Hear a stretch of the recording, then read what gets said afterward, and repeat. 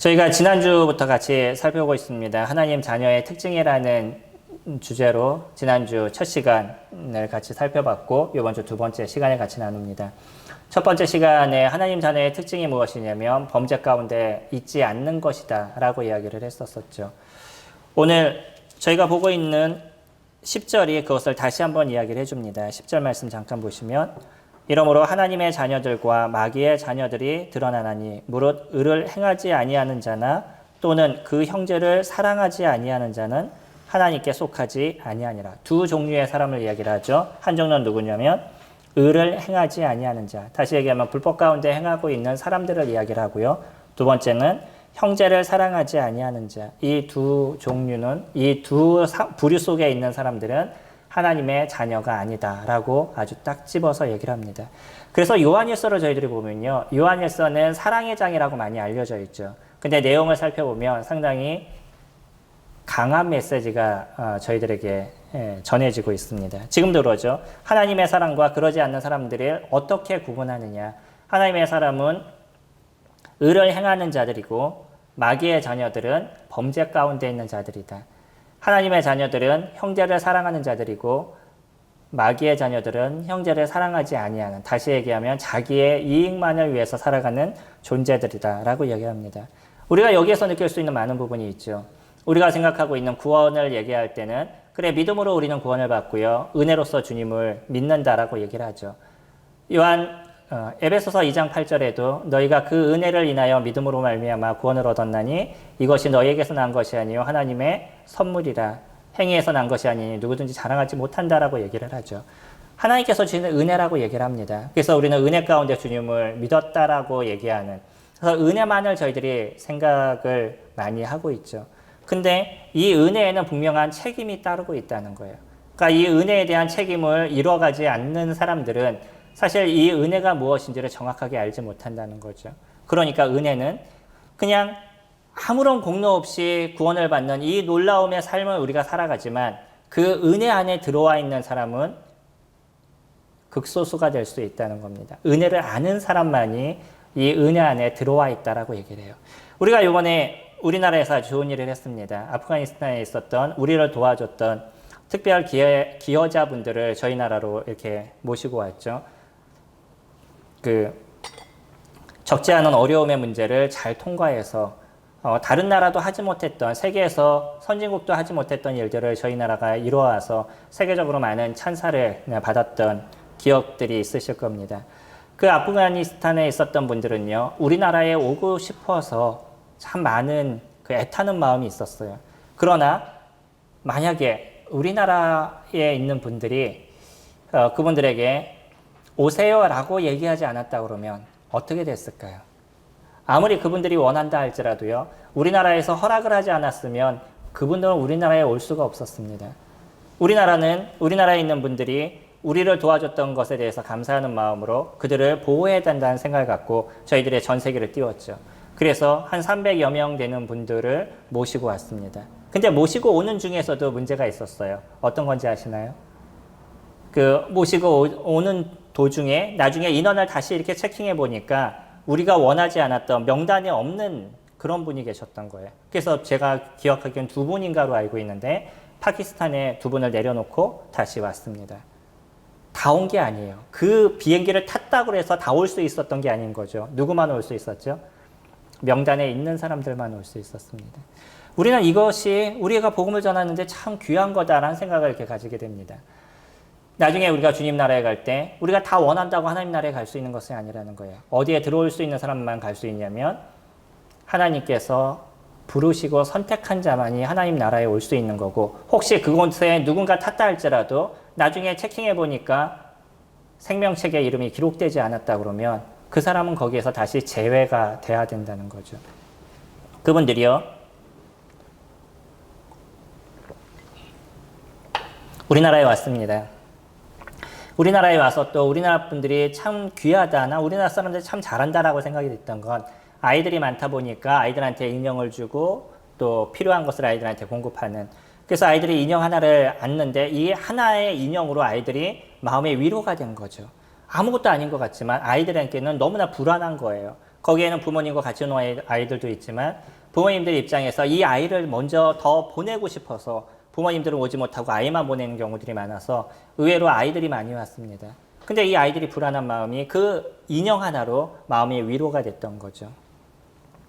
이제 이 아이들이 이곳에서 자랄지 아니면 다른 나라로 갈지 아직까지는 정확하게 알 수 없습니다. 그러나 현재까지는요, 이들은 이곳에서 지금 생활하고 있고 지금 여기에서 정착할 수 있는 부분들도 만들기 위해서 여러 가지 노력을 나라에서 하고 있죠.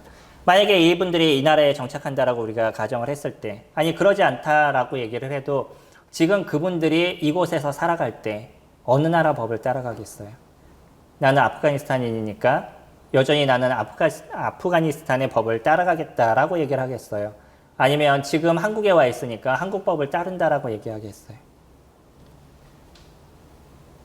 예전에 저희 처남이 미국에 갔었을 때 운전을 하다가 다른 차를 살짝 이렇게 건드렸던 것 같아요.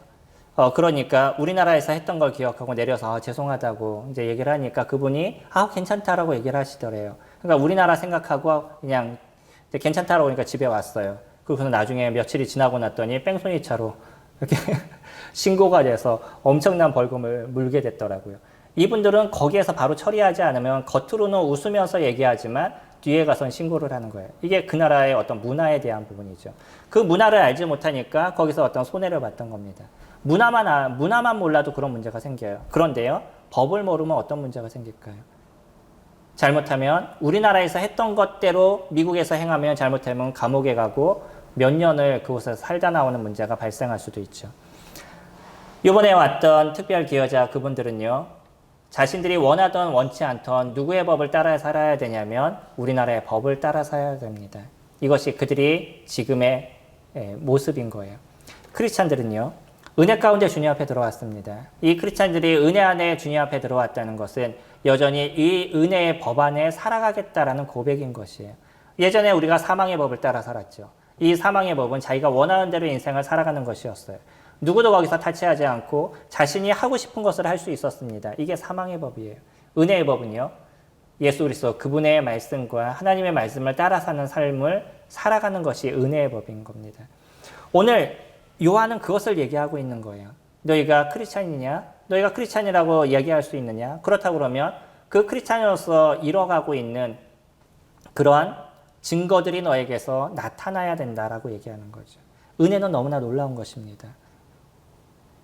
우리가 지옥에 갈 만한 그런 존재인데 예수 그리스도 그분께서 대신 죽으심을 통해서 우리의 죄에 대한 모든 것을 해결해 주셨어요.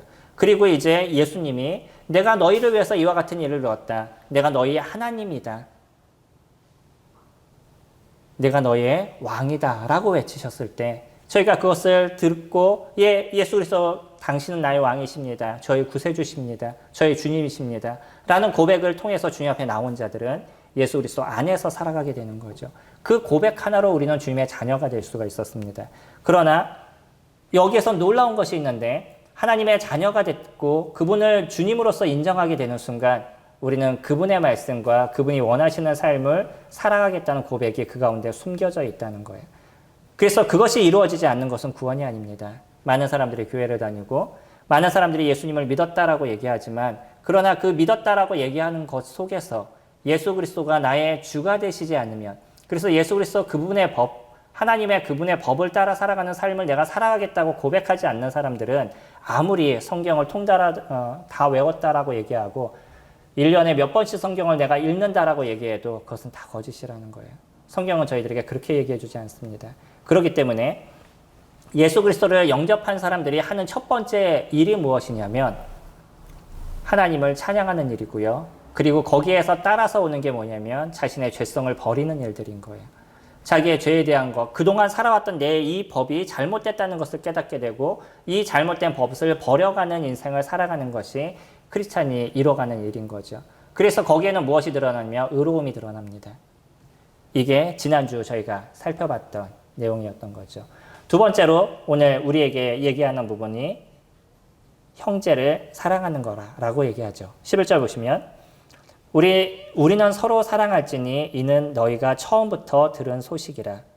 가인 같이 하지 말라. 그는 악한 자에게 속하여 그 아우를 죽였으니 어떤 이유로 죽였느냐? 자기의 행위는 악하고 그의 아우의 행위는 의로움이라. 형제들아, 세상이 너희를 미워하여도 이상히 여기지 말라. 너희는 형제를 사랑함으로 사망에서 옮겨 생명으로 들어간 줄을 알거니와 사랑하지 아니하는 자는 사망에 머물러 있느냐.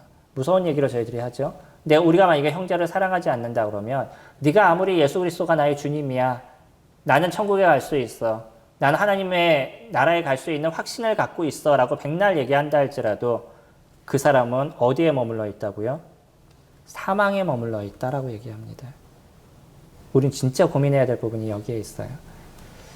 형제를 사랑한다는 그 자체가 우리가 살아가는 데 있어서 제일 힘든 게 무엇이라고 생각하셔요? 성도님들은 그런 고민해 보신 적 있어요? 아니면 지금 딱 떠오르는 것, 인생을 살면서 이게 제일 힘들어 라고 생각하는 부분이 있으시나요? 저에게 있어서 인생을 살면서 제일 힘든 게 뭐냐면 사람들과의 관계인 겁니다. 이 관계는 내가 원한다라고 그대로 되질 않아요. 서로 간의 생각과 어떤 관계가 맺어지느냐에 따라서 달라지는 거지 내가 원한다고 그대로 맺어지지 않습니다. 동물들도요. 오히려 동물들도 그 사랑을 다 베풀어주고 그 지극정성으로 도와주면 동물들이 사람을 인정을 해요. 동물들도 그렇습니다. 근데 사람은 그러지 않아요. 아무리 잘 도와주고 마음을 다 주고 있다가도 어떤 순간 조금 싫은 부분들이 딱 생기면 금세 돌이켜서 자기의 대적이 돼버리는 게 이게 인간인 거죠. 어쩌면 잘 알지 못하는 사람하고는 천천지 원수가 되지는 않습니다. 근데 잘 알았던 사람들은 나중에 완전히 갈라지는, 진짜 원수와 같이 여겨지는 이런 문제가 너무나 많이 발생해요. 왜 그러죠? 이게 인간이 갖고 있는 죄성인 겁니다. 우리들 안에 있는 죄성은 여전히 내 중심적인 인생을 살아가기 때문에 사람들 안에서 이 죄에 대한 부분들이 해결되지 않으면 함께하는 데 있어서 어려워져 간다는 거예요. 제가 아까부터 참 이상하다라는 생각이 들었던 적이 있습니다. 시간을 계속적으로 쳐다봤는데 15분이 되질 않아요. 15분에 우리가 다시 시작합시다 라고 얘기했는데 15분이 안 되길래 이상하다 그러고 지금도 보니까 여전히 아까 그 시간이더라고요. 죄송한데 저 핸드폰 좀 주실 수 있나요? 제 시간을 좀 봐야 될 것 같아서. 가인에 대한 얘기를 합니다. 사랑을 이야기하면서 갑자기 가인에 대한 얘기를 해요. 그러면서 가인에 대한 얘기를 하면서 무엇을 이야기를 하시냐면 가인을 얘기를 할 때 아벨을 죽였어요. 가인이 아벨을 죽일 때 그때 아벨이 가인한테 어떤 잘못된 행동을 했을까요? 저희 잘 알고 있죠. 창세기의 말씀을 보면 저희 시간상 지금 보지 못한다 할지라도 저희가 가인과 아벨의 문제를 잘 알 수 있습니다. 하나님께서 하나님께 제물을 드리라고 얘기를 했었어요. 그들이 하나님께 자신이 그동안 노력하고 수고했던 제물을 갖고 주님 앞에 나갔어요. 그래서 아벨은 피해 제사를 드렸죠. 그래서 양을 잡아서, 양인지는 정확히 모르지만 짐승을 잡아서 그 짐승을 하나님께 드렸었어요. 그런데 여기는 또 누가 등장을 하냐면 가인이 등장하죠. 이 가인은요, 농사를 지었던 사람이라서 그 곡식을 갖고 하나님께 드렸는데 하나님께서 그것을 기뻐하지 않으셨어요. 그리고 나서 문제가 생겼습니다. 그 제사를 받으시는 분은 누구신 거였어요? 하나님이셨던 거죠. 근데 거기에 대한 화를 누구한테 내고 있죠, 가인이? 아벨에게 내고 있어요. 아벨이 잘못한 것이 아니었습니다. 가인은 그 화를 하나님께 풀지 못하니까 누구에게 풀었냐면 자기보다 연약한 존재에게 푸는 거예요. 이거 인간이 갖고 있는 죄성입니다.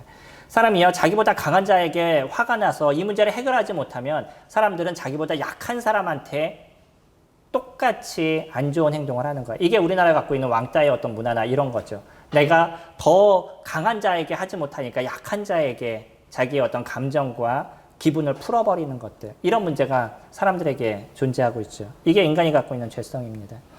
아벨은 아무런 잘못을 하지 않았었어요. 근데 가인의 생각에는 어떤 생각이 있었을까요? 가인의 생각에는요, 아벨이 잘못한 거예요. 저희가 봤었을 때, 또 하나님이 봤었을 때 아벨이 잘못했나요?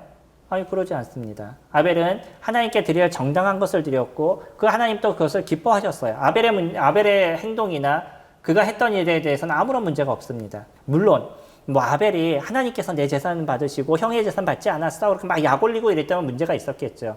근데 저희가 봤었을 때 그런 문제가 있지 않았습니다.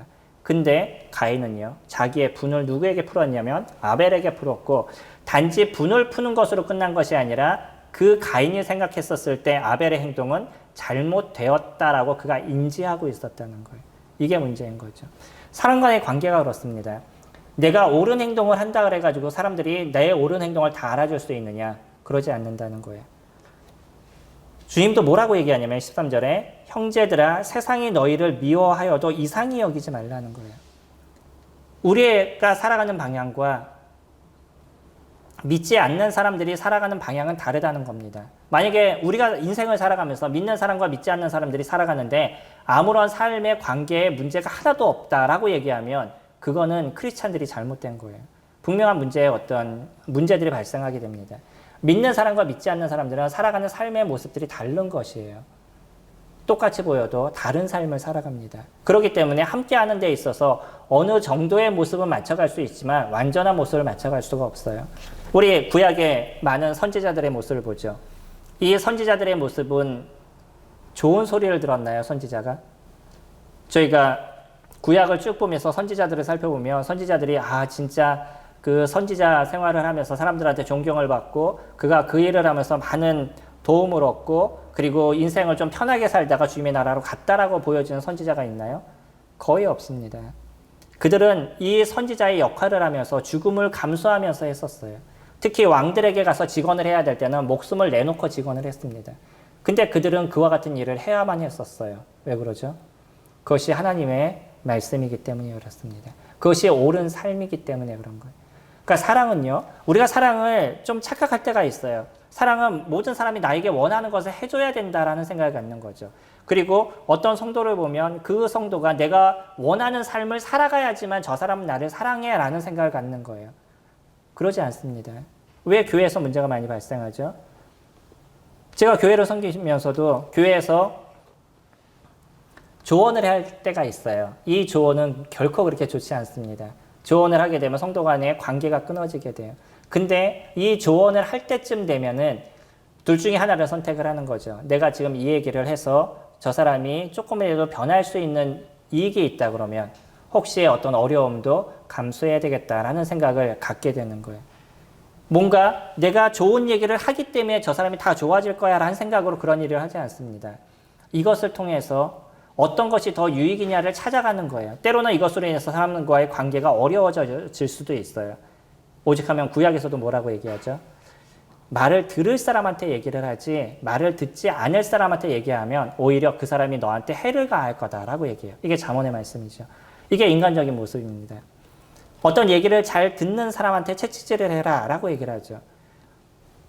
잘 받아들이는 사람에는 옳고 그름을 정확하게 얘기를 해주고 더 잘 갈 수 있도록 채찍질을 하는 부분들을 가져갈 수 있지만 그 얘기를 수용하지 못하는 사람들한테 좋은 얘기를 하면 오히려 그것이 해가 될 수 있다는 거예요. 이게 인간이 갖고 있는 습성인 거죠. 교회에서도 마찬가지입니다. 그래서 요즘은요, 성도들한테 옳은 얘기를 하는 게 참 힘들어요. 바른 얘기를 했다가 떠나는 성도들이 너무나 많습니다. 이게 무엇인가라는 고민을 전 개인적으로 해요. 이게 교회인가? 우리가 갖고 있는 믿음인가라는 생각을 적지 않게 합니다. 내 스스로가 하나님의 말씀을 들을 수 있는, 아니면 먼저 된 사람들에 대한 얘기를 들을 수 없는 그런 심령이라면 그것이 나이가 많건 적건 그것은 중요하지 않습니다. 옳은 얘기에 대해서 듣고 내가 옳고 그름을 판단하기 이전에 사람들에 대한 감정이 먼저 쌓이는 이런 문제가 교회 안에서 비일비재하게 발생을 한다 그러면 이게 지금 우리의 교회들이 잘 가고 있는 건가라는 고민을 하게 되는 거죠. 교회는 언제나 좋은 소리만 할 수 있는 그런 곳이 아닙니다. 선지자는 끊임없이 안 좋은 소리를 했었어요.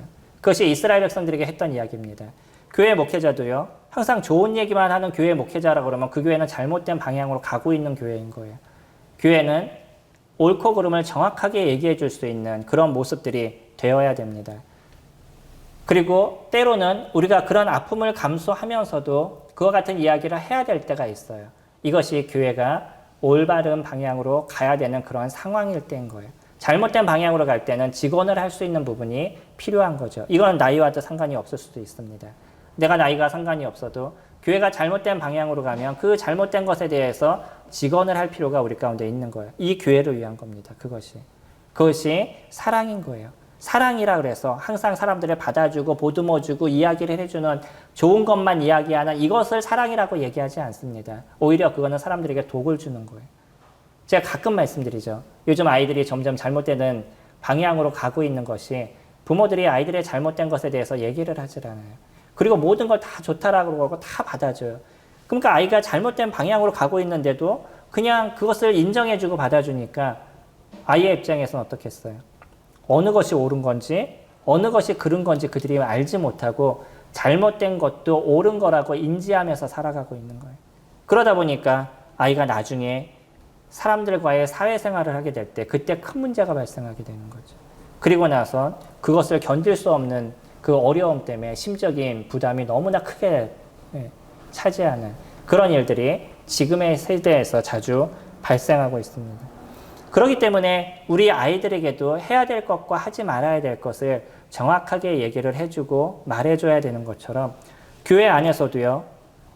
우리가 모든 것을 다 받아줄 수 있는 것, 그것만 갖고선 사랑이라고 얘기하는 것이 아니라 우리가 이야기를 시작할 때 그거는 무엇이 전제가 돼야 되냐면 이 사람이 하나님 앞에 더 갈 수 있도록 도와주는 것. 그것을 위한 이야기가 돼야 되는 거예요. 때로는 성도님들이 우리가 같이 얘기하면서 사람들의 잘못을 이야기할 때 그 이야기하는 이유가 뭐냐면 나에게 잘못했기 때문이에요. 저 사람이 나에게 무엇인가 잘못된 모습을 갖고 있기 때문에 그 잘못된 모습을 고쳐주는 것이 좋은 것이라고 생각해서 그냥 내 중심적으로 얘기하는 경우들이 너무 많습니다. 이게 교회 안에서 일어나는 많은 일들이에요. 그런데 우리가 조언을 하는 것은 어느 게 중심이 돼야 되냐면 나를 제외한 그 사람이 진짜 하나님 앞에 온전한 모습으로 가게 하기 위한 조언을 우리가 하는 것이지 그냥 나와의 관계 속에서 조언하는 것이 아니라는 거죠. 우리들의 첫 번째가 있습니다. 교회는 사랑이 어디가 중심이냐면 하나님께 가도록 인도하는 게 그 사랑의 중심인 거예요. 우리가 다른 사람들에게 도움을 주고 그 다른 사람들이 믿음 생활을 잘 하게 하는 것도 결국은 그 사람의 마음 가운데 하나님을 찾아가도록 도와주는 거지 나와의 관계가 좋아지기 위해서 이와 같은 일을 하는 것은 아니죠.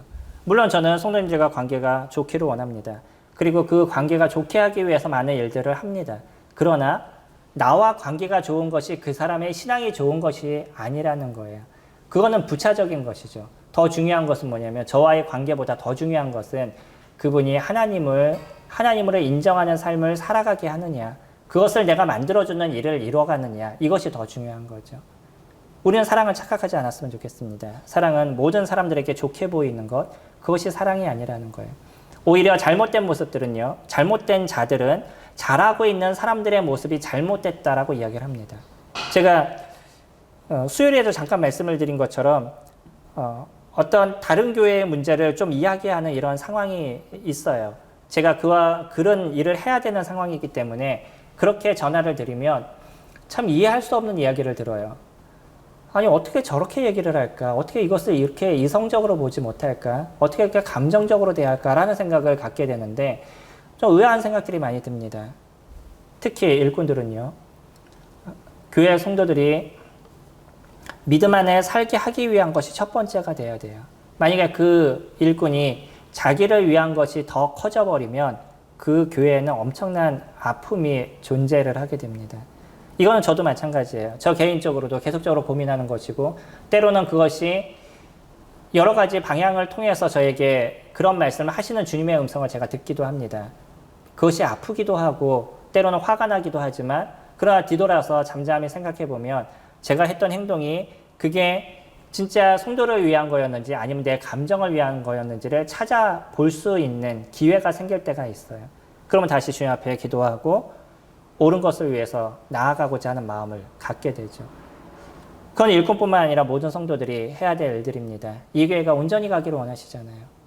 그리고 이 교회가 진정한 사랑이 있기를 원하잖아요. 더 중요한 건 뭐냐면 내가 크리스찬이라면 내가 그리스도인이라면 그 사랑을 드러내는 일들을 이뤄가시는데 그게 그냥 사람과의 관계가 좋기 위한 사랑이 아니시라는 거예요. 이 사랑은 성도들을 하나님께로 인도하는 그 사람이 하나님을 볼 수 있도록 도와주는 그런 일들, 이것이 우리가 사랑을 드러내는 일입니다. 그렇기 때문에 믿지 않는 사람들과는 우리는 좀 다른 거죠.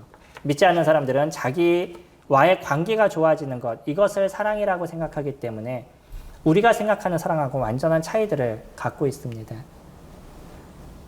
주님은요, 이 사랑을 얘기할 때 아주 심각한 얘기를 저희들에게 던져주죠. 15절에 그 형제를 미워하는 자마다 살인하는 자니 살인하는 자마다 영생이 그 속에 거하지 아니하는 것을 너희가 아느니라. 형제를 미워하는 것, 형제를 미워하신 적 있으시나요? 저도 미워한 적이 많아서. 근데 차이가 뭔지 아세요? 내가 어떤 사람을 미워해도 평생 미워하지 않습니다. 물론 제 마음 가운데 미움의 생각이 안 들어오나요? 들어옵니다. 안 그러겠어요? 제가 하지 않았던 일들에 대해서 얘기를 하고 뭐 이상한 것을 꾸며서 말하고 막 이러면 막 화가 머리끝까지 올라오죠. 그럴 때가 뭐 비일비재하게 제가 신앙생활을 하면서 많이 있었습니다. 근데 여전히 내가 뒤돌아서 생각할 수 있는 건 뭐냐면 그것을 하나님 앞에 내려놓는 거예요. 내가 과연 어떤 것을 더 중요하게 생각하느냐는 거죠. 그리고 그 문제를 해결할 수 있는 것을 주님 앞에서 찾아갑니다. 그게 우리가 성경을 보니까 하는 일인 거죠. 하나님께서 우리 가운데 얘기하시는 것들. 밀스톤이라는 그 큐티지 아시죠? 그 출판사 이름이 밀스톤입니다. 이 밀스톤의 뜻이 연자맷돌이라는 뜻을 갖고 있는데 마태복음에서 얘기하는 것처럼 만약에 내가 형제를 실족하게 하면 연자맷돌을 목에 메고 물에 들어가는 것이 더 낫다라고 얘기하는, 형제를 실족하게 하는 것이 그만큼의 아픔, 하나님 보시기에 어려움이라고 얘기하는 거죠. 그게 형제를 미워하는 것일 겁니다. 우리가 형제를 미워한다는 것은 여기에선 그렇게 표현하고 있어요. 영생이 그 속에 거하지 않는다까지라도 그렇게까지 얘기하신다는 거예요. 그렇기 때문에 우리는 그런 어려운 형제들, 내 마음에 힘든 부분이 있는 형제들이 있어도 그 문제를 해결할 수 있는 마음을 우리는 가져야 될 것입니다. 그건 우리가 해결해야 할 것이에요. 저 사람이 저랬어요 라고 얘기하는 것은 그거는 인간적인 모습에서 나타난 인간의 법이에요. 인간적인 법은 상대적인 겁니다. 그래서 그 상대성 안에서 판결하고 해결을 해요. 하나님의 법은 그러지 않습니다. 그거는 너와 저 사람의 관계가 아니라 너와 나의 관계다라고 주님께서 얘기하시죠. 그래서 우리들의 관계, 이 사랑의 관계는 우리와 하나님과의 관계예요. 내가 하나님을 사랑하기 때문에 형제를 사랑할 수 있는 거지, 형제가 나에게 잘해줬기 때문에 형제를 사랑하지 않는다는 거예요. 이건 세상 사람들도 할 수 있습니다. 세상 사람들도 나를 좋아하는 사람들은 얼마든지 좋아할 수 있어요. 이건 세상 사람들이 하는 거죠. 근데 주님의 자녀는 다르다는 거예요. 내가 하나님과의 관계 속에서 만들어지는 거죠. 예수 그리스도는 우리를 위해서 십자가에서 죽으셨습니다. 마태복음 15장에서 얘기하실 때는 뭐라고 얘기하셨냐면 친구를 위해서 목숨을 버리면 이보다 더 큰 사랑이 없나니 라고 13절에서 얘기를 하시죠. 내가 너희들을 위해서 목숨을 버리노라. 그리고 나서 얼마 뒤에 예수 그리스도께서 겟세마네 동산에서 잡히시고 갈보리 십자가에서 죽음을 당하셨어요. 당시에 제자들은 그것이 무슨 얘기인지 정확하게 몰랐지만 예수님이 죽으시고 다시 부활하셨을 때 그때 예수 그리스도께서 나에게 보이신 사랑이 얼마나 큰 건지에 대해서 그들은 정확하게 기억을 하고 그의 인생을 예수 그리스도 그분을 위해서 살아가게 되죠. 우리들이 왜 예수님을 위해서 인생을 살아가죠? 그분이 보이신 사랑이 우리에게 너무나 크기 때문인 거죠. 그분이 나에게 보이신 이 사랑이 그 어떤 것과도 바꿀 수 없는 놀라운 은혜가 나에게 있기 때문에 우리는 여전히 예수 그리스도 그분을 위해서 우리들의 인생을 드리고 있습니다. 우리들의 생각이 항상 교회에 있어요. 우리들의 생각이 구도자에게 있어요. 그래서 우리들의 생각은 이것이 우리들의 삶의 가장 소중한 것이라고 계속적으로 고민하고 있어요. 이게 크리스찬들인 거죠. 형제를 사랑하는 겁니다. 형제를 위할 수 있는 일이 무엇인지, 교회가 좋아질 수 있는 부분이 무엇인지에 대해서 계속적으로 고민하고 생각하고 그 일을 이뤄가는 것들. 이것이 크리스찬들의 특징에 대한 부분인 거죠.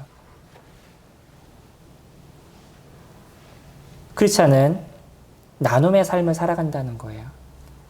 형제들을 사랑하는 것, 결국 나의 마음을 형제들에게 주는 인생을 우리가 살아가는 거죠. 또요. 17절에 누가 이 세상의 재물을 가지고 형제의 궁핍함을 보고도 도와줄 마음을 닫으면 하나님의 사랑이 어찌 그 속에 거하겠느냐. 우리들의 사랑은 실질적으로 움직여 간다는 거예요.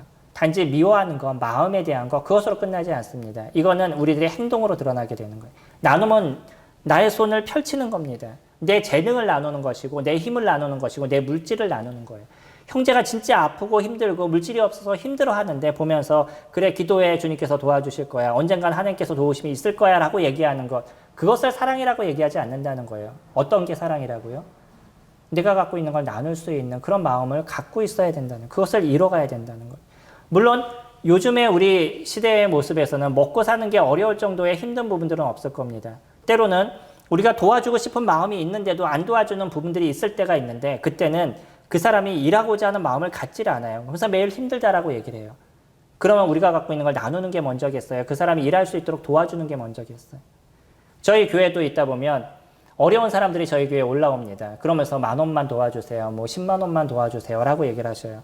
근데 그분들에게 제가 10,000원을 드리는 것도 물론 마음이 아까운 마음도 없지 않아 있겠지만 그것이 더 중요해서 안 드리는 것이 아니라 그분한테 10,000원을 제가 못 드린다라고 얘기를 해요. 그리고 뭐라고 얘기하냐면 배고프시나요? 제가 식사를 사드릴게요. 지금 내려가시면 제가 식당에서 사드리겠습니다. 라는 얘기를 드려요. 근데 그분들은 끝까지 돈을 달라고 얘기를 해요. 그분들은 그 돈 갖고 무엇을 하시겠어요? 내려가면 또 술을 드세요. 그분이 진짜 배가 고파서 돈을 달라고 그런다면 얼마든지 5,000원, 10,000원을 드릴 수가 있습니다. 근데 가져가면 또 술을 드셔요. 그래서 제가 예전에 어떤 분과 식당에 가서 그분한테 진짜 밥을 사주고 그분은 진짜 배가 고프셨는지 식사를 하시더라고요. 근데 물론 끝날 때까지 계속 술에 대한 얘기를 버리지 못하시는 모습은 제가 끝까지 지켜봤습니다. 얼마든지 저희들은 도와줄 수 있어요. 근데 그 사람의 진짜 필요를 저희들이 도와주는 거죠. 이게 나눔에 대한 부분입니다. 물질을 나누실 수도 있고요. 내 재능을 나누실 수도 있어요. 내 힘을 나누실 수도 있고 내 마음을 나누실 수도 있고 어쨌든 크리스찬들은 성도를 위해서 아니면 주변에 있는 사람들을 위해서 나눔의 삶을 살아가는 거예요. 이게 크리스찬들의 특징입니다. 이런 행위가 우리에게 드러나지 않고서 우리 크리스찬들이 나는 주님을 믿었습니다. 나는 하나님의 자녀입니다. 라고 외치는 거는 하나님 보시기에 가증한 거라는 거예요. 그건 주님을 믿는 것이 아닙니다. 18절에 자녀들아 우리가 말과 혀로만 사랑하지 말고 행함과 진실함으로 하자라고 얘기를 해요. 이게 하나님께서 얘기하시는 내용입니다. 우리가 요한일서를 보면서 얼마나 요한이 강력하게 우리에게 얘기하는지를 저희들이 보게 될 거예요. 너희가 믿느냐? 그럼 믿음에 대한 증거를 드러내라. 하나님의 자녀로서의 증거는 이런 것이다 라고 얘기를 하시죠. 지난주에 말씀드린 것처럼 의를 행하고 죄를 버리는 것. 이게 하나님 자녀의 특징인 것이고 두 번째로 사랑을 나누는 자인 거예요. 이 사랑은 그 사람을 하나님께로 인도하는 것에 대한 사랑입니다. 나와 저 사람과의 관계 이것으로 끝나지 않는다는 거예요. 그보다 더 중요한 것이 그 사람을 하나님께로 인도하는 거죠. 우리는 믿지 않는 사람들을 볼 때 그 사람들에게 예수 그리스도를 알려주기 위한 많은 일들을 이뤄가죠. 그리고 복음을 위해서 마음을 씁니다. 저희들도 이 교회가 복음을 위해서 살아가는 것이 저희들의 마음에 가장 중요한 것 중에 하나인 거죠. 그러나 더 중요한 것은 뭐냐면 그 사람들이 주님 앞에 돌아왔었을 때 진정한 하나님을 찬양하는 자로 만들어가는 거죠. 그렇게 이끌어가는. 주님은 한 사람을 구원하는 것도 중요하게 여기시지만 더 중요한 건 뭐냐면 그 사람이 하나님의 자녀로서의 삶을 살아가는 것을 중요하게 여기신다는 거예요. 그렇기 때문에 교회를 만드시고 이 교회를 통해서 하나님을 찬양하게 하시고 하나님을 높이게 하는 일을 하나님께서 이뤄가시는 거죠. 어떤 사람은 복음이 더 중요하다, 사람을 구원시키는 게 더 중요하다라고 얘기하지만 물론 그것도 중요합니다. 근데 하나님의 뜻은 그 사람이 하나님 안에서 바르게 성장해 나가는 거예요. 그렇기 때문에 복음을 전하는 것으로 끝나는 것이 아니라 가르쳐 지키게 하는 것, 그 일을 하는 것이 저희들에게 더 중요한 것이죠. 그것까지 가는 게 마지막인 겁니다. 저희 교회도 복음을 위해서 많은 일들을 준비해 나가고 있습니다. 옛날에 공을 차기도 하고 뭐 여러 가지 일들을 많이 했었었죠. 그 일들을 했던 부분들이 어떻게 하든 교회와 접촉점을 갖게 하기 위해서 이와 같은 일들을 이뤘었고 내가 그 사람을 사랑합니다라는 걸 보여주기 위한 일들을 만들어 갔던 거죠. 지금 저희들이 준비하는 건 작은 도서식입니다. 주님께서 보이심을 통해서 이 교회가 작은 도서를 통해서 어떻게 복음을 전할지를 준비해 나가고 있어요. 이거는 나눔에 대한 부분입니다. 제가 사역을 처음부터 시작할 때 제일 마음을 뒀던 한 가지가 뭐냐면 이 교회가 지역사회에 어떻게 나눔을 이룰까. 그래서 성도님들한테 사회복지사를 따세요. 아니면 유아교육을 따세요. 막 많은 분들을 권유를 했었어요. 그리고 또 그 노인 케어에 대한 부분도 계속적으로 말씀을 드렸습니다. 그래서 많은 분들이 자격증을 따셨어요. 근데 우리가 이것에서 한 발 더 나가지를 못했다는 거예요. 그래서 어떤 일을 할까 해서 계속 고민하다 처음엔 어린이집을 할 것, 아니면 나중에는 주간보호센터 같은 것을 할 것, 여러 가지를 생각했었는데 이것이 잘 진행이 되지 않다가 우연한 기회에 작은 도서실을 알게 됐습니다. 그리고 작은 도서실을 하면서 느끼는 부분들이 주변에 도움을 받을 사람들이 많은데 학업에 대한 도움과 어떤 케어에 대한 도움을 받을 사람들이 많은데 이 도움을 받을 사람들한테 어떻게 우리가 나눠줘야 될까라는 것을 더 많이 고민을 하게 되더라고요. 더 놀랬던 건 뭐냐면 작은 도서실뿐만 아니라 마을 공동체라는 것이 있습니다. 얼마나 많은 사람들이 이곳에서 지역사회를 위해서 헌신하고 있는지를 제가 요번에 보았어요. 얼마나 많은 사람들이 그 일을 하고 있는지 제가 놀랐습니다. 그들에게 보수가 주어지지 않아요. 오히려 자기 돈을 들여서 하고 있어요. 물론 한 10년 정도 하신 분 얘기를 들어봤는데 이분이 나중에 좀 지치셨더라고요. 그러면서 뭐라고 얘기하시냐면 내가 지금까지 해왔던 것이 맞는 건가라는 고민을 하시더라고요. 10년 동안 열심히 봉사를 했는데 이 열심히 봉사해서 많은 사람들을 도와주는 일들을 이뤄온 것까지는 좋았는데 오히려 가족에 대해서 소홀하게 된 거죠. 그러면서 이제 딜레마에 빠지기 시작한 거예요. 이렇게 열심히 봉사하는 분에게 어떤 필요를 좀 채워줄 수 있는 게 있었으면 좋았을 텐데 그분은 그것이 이루어지지 않았던 거죠. 우리는 다릅니다. 우리는 우리 돈을 들여서도 주변에 있는 사람들을 돕는 일들을 이뤄가는 거잖아요. 그것이 크리스찬들의 모습인 거죠. 그렇기 때문에 우리가 할 수 있는 일이 너무나 많아요. 성도님들의 시간을 주님께서 원하십니다. 성도님들의 물질을 주님께서 원하셔요. 성도님들의 그 재능을 주님께서 원하십니다. 그것을 쓰기를 원하신다는 거예요. 내가 이 재능을 갖고서는 그냥 내 먹고 마시고 사는 것에 전부를 위해서 주님께서 주신 것이 아니라 그 재능으로 어떻게 사람들에게 돕는 역할을 이루고 이것이 교회에서 함께감을 통해서 어떻게 복음을 위해서 이것을 쓸 것인가, 주님이 그것을 원하신다는 거예요. 저희 교회 사랑은 이제 해나갈 수 있는 많은 일들을 주님께서 보여주셨습니다. 크리스찬들은 사랑을 나누는 자예요. 이것이 말과 혀로만 하는 것이 아니라 실질적으로 저희들이 움직이는 가운데서 일어나가는 거죠. 그리고 이 사랑을 베푸는 모습을 통해서 주변에 있는 많은 사람들이 교회를 생각하게 될 것입니다. 그리고 주변에 있는 많은 사람들이 주님을 생각하게 될 것이에요. 우리가 그곳에서 복음을 전할 수 있을 것이고 영혼을 얻는 많은 일들을 이룰 수 있을 것입니다. 지금도 작은 도서실에 여러분들이 적지 않은 작은 많은 금액이 아니더라도 작은 금액들을 헌금해 주시고 후원해 주시고, 헌금이란 표현을 그렇죠. 후원해 주시고 도와주시는 분들이 계셔요. 그 작은 일들을 조금씩 모아서 지금 일들을 이뤄가고 있습니다. 앞으로도 성도님들이 마음을 같이 써주시고요. 우리가 복음을 위해서 이것을 어떻게 이뤄가야 될지, 복음을 위해서 우리의 이 지역사회에 어떤 것을 만들어갈지에 대해서 고민하시는 부분들을 가지셨으면 좋겠습니다. 그렇다 그러면 주님께서 저희들에게 얘기하신 크리스찬의 특징, 이 사랑을 보이는 모습들, 이런 것이 이 교회에 아름답게 드러나리라 생각이 됩니다. 16절 말씀 보고 마치도록 하겠습니다. 그가 우리를 위하여 목숨을 버리셨으니 우리가 이로써 사랑을 알고 우리도 형제를 위하여 목숨을 버리는 것이 마땅하다. 주님이 우리에게 보이신 사랑대로 우리도 형제를 위해서, 지역사를 위해서 수고하시는 저와 성도님들이 되기를 소망합니다. 기도하겠습니다.